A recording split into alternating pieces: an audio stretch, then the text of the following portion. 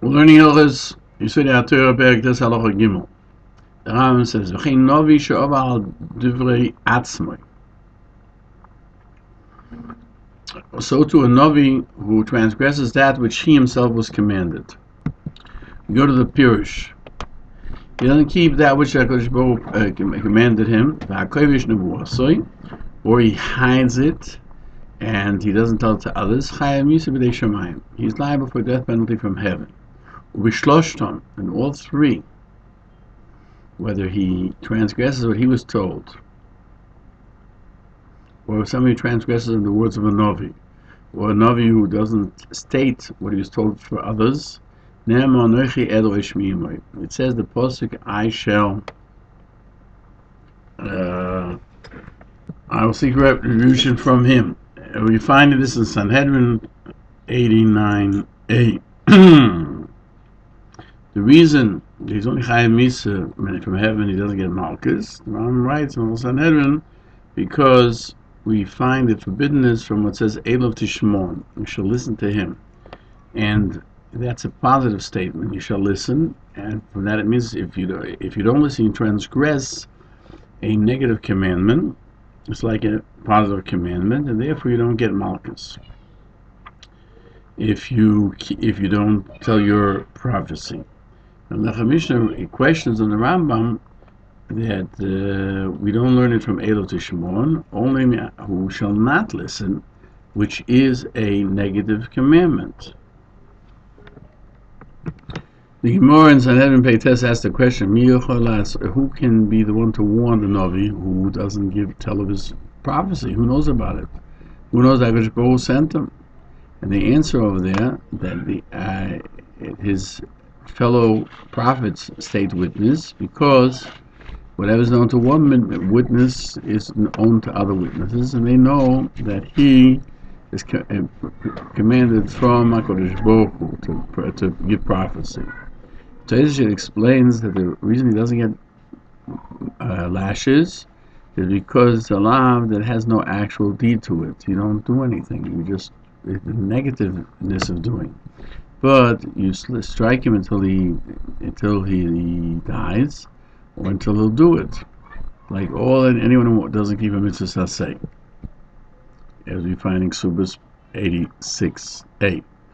Melas Chinuch in mitzvah 516 says, where do I know that there's an obligation for a novi to tell his prophecy? Is it only from the derivation of loy yashmiya, he will not let it know? And he says that the obligation is from the HaKadosh Baruch Hu told him to go and say his words. Just like Yonah was told to go to Nineveh. But you don't get malchus on it because it's a lav habo miklal aseh. And therefore, this is the reason that Yonah left Eretz Yisrael after he was sent to Nineveh, because he knew that there are no prophets in Eretz Yisrael, and they all know about his prophecy. Now, why didn't he want to go to Nineveh? Because he knew that their descendants ultimately would destroy the Beis HaMikdash, and therefore he wanted to die for the sake of the Beis HaMikdash. And even though somebody who does not state his witness, his prophecy, is liable to death penalty, I guess because you Machon Nesher, he wanted to die and to save the Beis HaMikdash.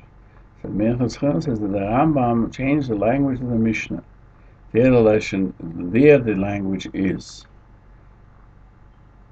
somebody who leaves it alone, he doesn't state his prophecy, such as the friends of Machon Nesher ben Yimale. When Machon Hanovi said to his friends,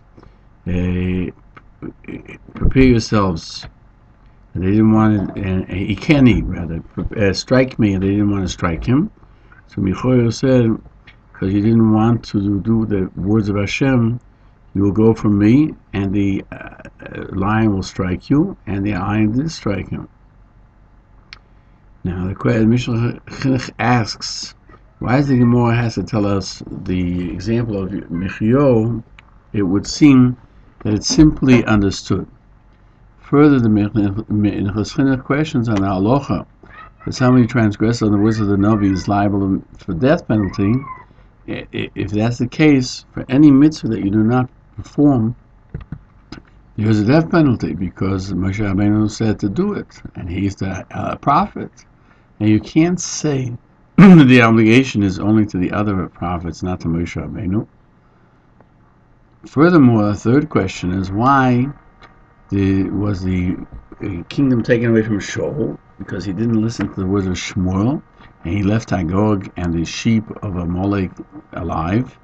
Why shouldn't it be enough to get death from heaven? Therefore, the Hilchos Chinuch makes a differentiation between somebody who transgresses on the words of a Navi because of his desire, because like Shaul, who couldn't overcome his temptation to please the people, to somebody who denigrates with his words, like Michio. And Rashi says that the word mevate, he says he forgoes his obligation of prophecy, that he doesn't consider that he's liable for Misa B'dei Shamayim. But Shaul HaMelech, who transgressed on the words of Shmuel because he was afraid of the people, therefore he was punished by removal of the kingdom from him. However, according to the Rambam, you can't say that, since he explains that if you do not do the Mavata, means that if you transgress in the words of the Navi in any way, it's Misa B'dei Shamayim. And therefore the question is, why should Shaul lose his kingdom? Still, we can answer the Rambam according to the Ragatchovam in the Seventh Paneach, that he says that according to Moshe, the words of Moshe are not words of a prophet, they were words of Torah, and therefore it's different than prophecy. And therefore only somebody who heard from Moshe himself has an obligation to fulfill the obligation of a prophet, and not somebody who learned the words of Moshe from the Torah. And so to the Navi will say, Rambam writes, if the Navi will tell us, that we already know he's a prophet from before, we call mitzvahs hamuros b'Torah, to transgress any one of the commandments that are written in the Torah, or mitzvahs harbe, or many mitzvahs, bein kalois, bein chamuros, whether we consider them light mitzvahs or heavy mitzvahs, lefi shor, only for a time. And he says, it's not a change of the mitzvah, you have to do it now. Mitzvah l'shmuel, you have to listen to him. This is what we have as a Kabbalah, as a transmission from the previous generations, from Moshe Rabbeinu. Bakoil, regarding everything, if he will tell you, who is the Hanavi, the prophet, who transgressed the words of Torah, just like Eliyahu Bar Carmel, where he brought a korban outside of the Beis HaMikdash, Shema, listen to him. Chutz ma'avos yichom, except for idol worship. Ushi yadov lefi shah, and it has to be only a one-time thing. In Eliyahu Bar Carmel, just like it was by Eliyahu and Har Carmel, shehikriv oila b'chutz, he brought an offering outside the Beis HaMikdash. Yerushalayim nivcheres lekach, and Yerushalayim was set aside for that. V'amakriv b'chutz, and somebody who brings an offering outside the Beis HaMikdash is chayiv koros, is liable for a death sentence from heaven, because you have the Beis HaMikdash. Because Eliyahu was a Navi, mitzvah l'shmoel, it was an obligation to listen, a commandment to listen to him. In regard to this, it also says, to him shall you listen. In additional to listening to the words of the Navi, that which is permissible, like go here, go there, to do more, don't do war, there's a mitzvah to listen to him if he says to transgress something temporarily, except for idol worship. Even though the language of the Rambam would seem that Eliyahu in Har Carmel did it because HaKadosh Baruch Hu told him, and not according to his own initiative. Balei HaTosos and Sanhedrin disagreeing if Eliyahu did it according to his own initiative or according to Hashem. But according to the shita, the opinion that he did it on, according to Hashem, to his questions, how can you learn from Eliyahu that there's a strength in the Chachomim to uproot something in a Torah, even without prophecy? Because we learn from Eliyahu at this point. The answer is that there's no power that's given to the Navi, and it's not given over to the Chachomim. And therefore, if Eliyahu was permitted to do so, the Chacham may do so as well. According to the thought that Eliyahu did it according to his own initiative, then it was done so that the name of heaven will be glorified in this world. Yisrael would say, Shema Yisrael, Hashem Elokeinu, Hashem Echad, Hashem Elokim. And Eliyahu was learning the posting that says by Yaakov, Goyu kahal goyim yiyeh mimcha. There will be a nation and a group of nations from you, that your children will do many things like the nations, like to slaughter outside, and I agree with them. And since Eliyahu understood that it was a need of the hour, and he could do so, therefore he could do so. He relied on what he derived from this pasuk. It says, "Goy v'kahal goyim yiruncho." Mamshik learns a different disagreement between Tosfos and the Rambam. According to Tosfos, only for a purpose of setting boundaries and teaching people is it permitted to the prophet to transgress on the words of the Torah for a temporary time.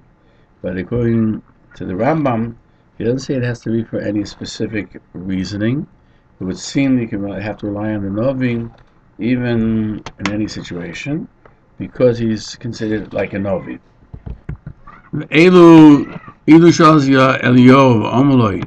And if they had asked Eliyahu and questioned him,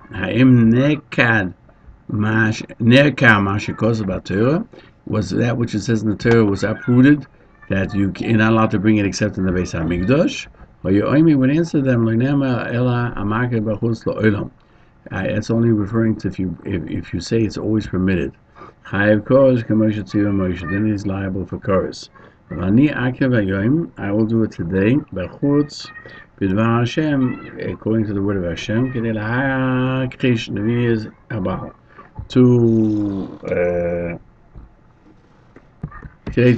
disprove the Nevi'im, the prophets of the Baal, those who call themselves prophets. And when the heavenly fire came down, everyone said Hashem or Elikim.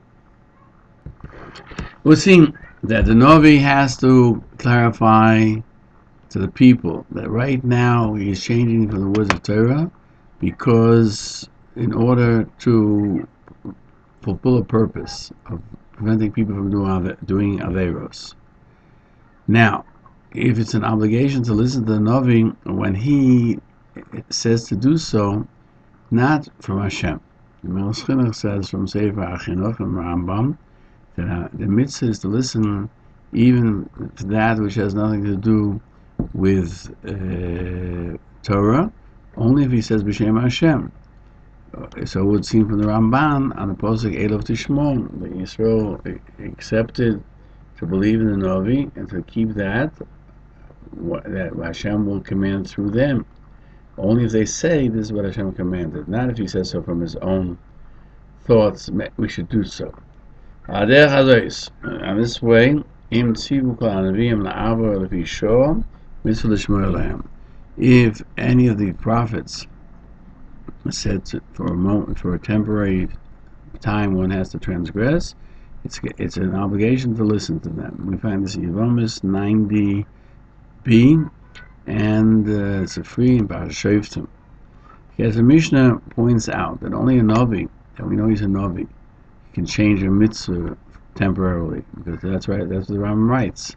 If the Navi who's known as a Navi, and even if he's liable to Misa B'dei Shamayim, if he transgresses on the words of the Navi, it's only to a Navi that we know as a real Navi. The Pri Chodosh writes that even a Navi Chodosh, you have to listen before he becomes a defined Navi. The Rambam says that he knows that he's a Navi if it means that he gives us the conditions to prove that he's a Navi. And we'll see the proof from this in Halacha Dalet. There it says, a Novi who uproots a mitzvah forever, it's a Novi Sheker, and he has to be given death penalty of choking. And even though he gave a sign, because he wants to deny Torah, he wants to say that it's not from heaven, but for the moment you listen to him, it would seem from him that this is the first nevuah that he says. And still, if he said according to just temporarily, you have to listen to him. The source of the Rambam's words are going to be chodosh. You can't learn it from Eliyahu because he was a known Navi. It's from Sanhedrin. Avu said the name of Yochanan. And regarding anything. Navi will tell you Avar al Divrei Torah Shmaloi. Transgress on the words of Torah, listen to him. Except for idol worship, even if he'll stop the sun, if it doesn't matter, you can't listen to him. Now we have to point out that Rashi in Sanhedrin explains that Novi means a Novi that we know. And that's like the sheet of the Kesef Mishnah, not like the Rambam. If the prophet says that this mitzvah was uprooted forever, he's liable to death penalty by choking. The Torah says that the Torah states that this was given to us is for us and for our children forever. May we be able to mekayim it.